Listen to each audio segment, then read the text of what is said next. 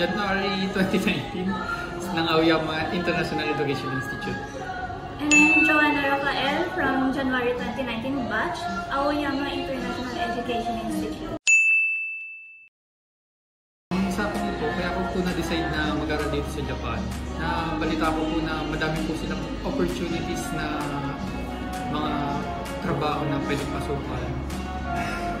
And for me naman po, since interested po ako sa Japanese culture, so I want to experience it on hand sa education, sa culture, and sa pakikisama po sa mga Japanese people.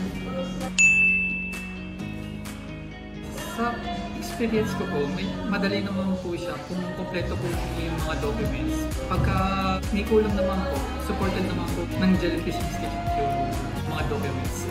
And yung staff po is very accommodating naman po sa mga applications.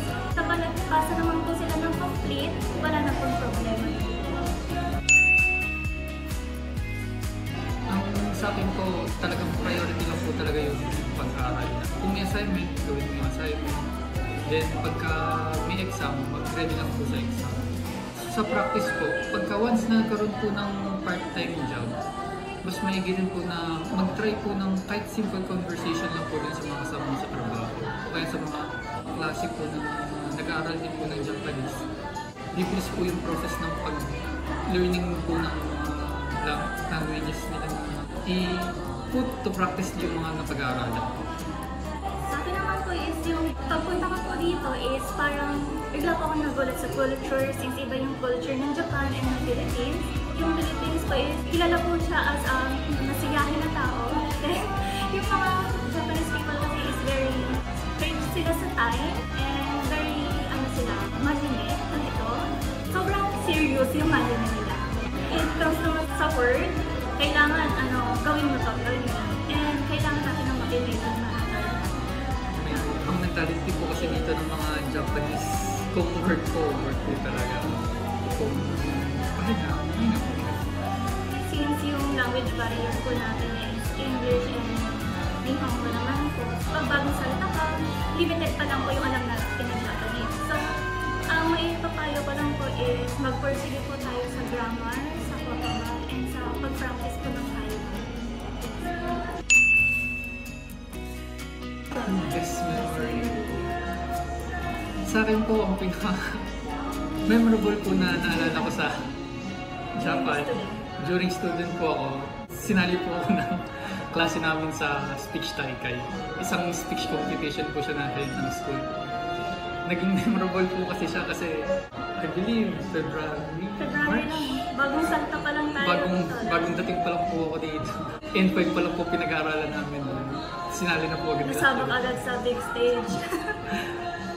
Then for me naman po, since yung full batch po namin ng Aoyama, ang pinaka-best memories naman po is nagpunta po kami sa Disney. Since yung full batch po is buong banding na as a class, then nakilala din naman po namin yung ibang batch namin na Pilipino din, before and after nung sa batch namin.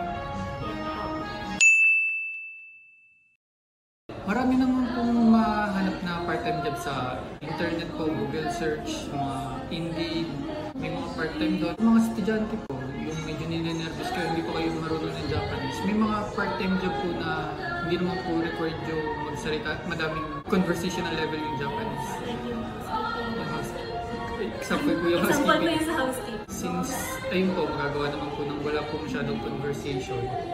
Habang estudyante po, as much as possible, huwag po maging mapili sa trabaho.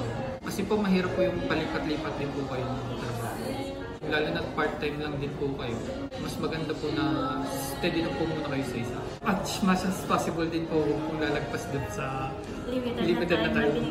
Kasi 28 hours. 28 hours a week. Sa akin naman is, I think na kung ako siya is nag-search ako sa Indeed. Usually naman is marami talagang posting sa Indeed.com na vacancy ng part-time. I got mine sa housekeeping. So, nag-start muna ako ng housekeeping around 8 months while studying sa Japan. Less naman po yung pagsasalita ng Japanese kung kinakabahan po sila about sa conversation. Then after nung 8 months, since gusto ko naman po matry ng iba, nag-try din po ako mag-part-time sa McDo as a crew. Then doon ko po na-practice yung kaya Sa experience ko po, ang part-time po dito at full-time, magkaibang po. Mas strict po sila pagdating po sa pagiging full-time. Kasi ang iniisip po nila, isasunod na po kayo sa magiging permanent nila na kasama. So, lahat ng skills na gusto nilang makita, talagang kailangan ma-reach mo yung level na gusto nila. Sa experience ko po, nung first 6 months po na nagtrabaho ko dito na as full-time, lagi po ako pinapagalit. Hindi po maiwasan yung talaga papagalitan po kayo. Since may language barrier pa din po, iba yung work ethics. Tapos sa full-time job po, meron po kasi silang mga keywords na hindi po wala po sa textbook. Bukod po dun sa textbook na pag-aaralan sa school, meron po siyang parang mga ibang terminologies po nasa work. Ay po yung pinakaunang hurdle na madadaanan po as mag-start po kayo ng full-time. Pero once na okay na po kayo doon, magiging okay na po yung pakikisama niyo po sa mga kasama. Sa akin naman is, after graduation ko is naghanap po again ng work to find a full-time job. First po is sa hotel. Nag-start po ako siya as a part-time. Then, after 3 months, in-absorb po nila ako ng company. Siguro yung pinakamahirap lang po sa work ko po, yung language na pinagkaiba. In Japanese naman po siya, pero more on polite po sila. Then, kailangan din po is maintaining na kotoba. Kailangan lagi po tayo bawalan po tayo sa mga guests, kahit hindi po yung mga elevate, or kung hindi sila satisfied sa binigay natin yung for them.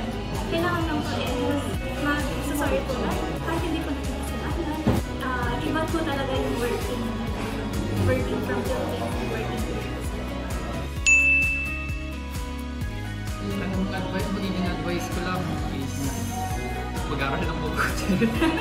Focus lang at mag-set ng goals para ma-attain yung mga dreams na baka kasi yung iniisip ng mga estudyante na once na nandito sa Japan, mag-aaral lang. Hindi lang advisable yung mag-aaral ka na kailangan mo rin matutunan kung paano makisama sa mga Japanese na mas maigi po na ma-practice po yung kung paano po kayo makikisama sa mga Japanese. Kasi iba po talaga yung kultura nila dito sa kultura sa Philippines.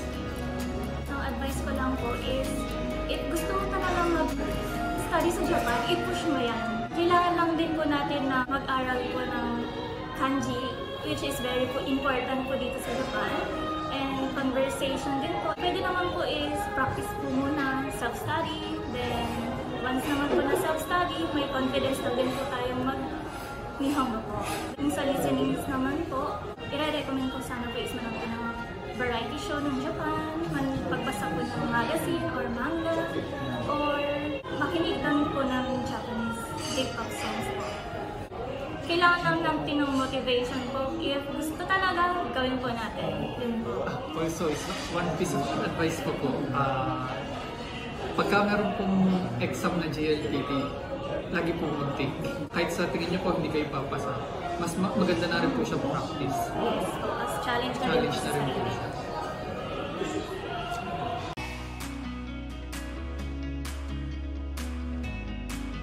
Thank you, Jellyfish!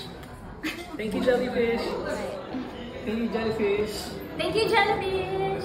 Thank you, Jellyfish! Thank you, Jellyfish! Thank you, Jellyfish! Thank you, Jellyfish! If you want to study in Japan, Jellyfish Education can help you. so click here right now.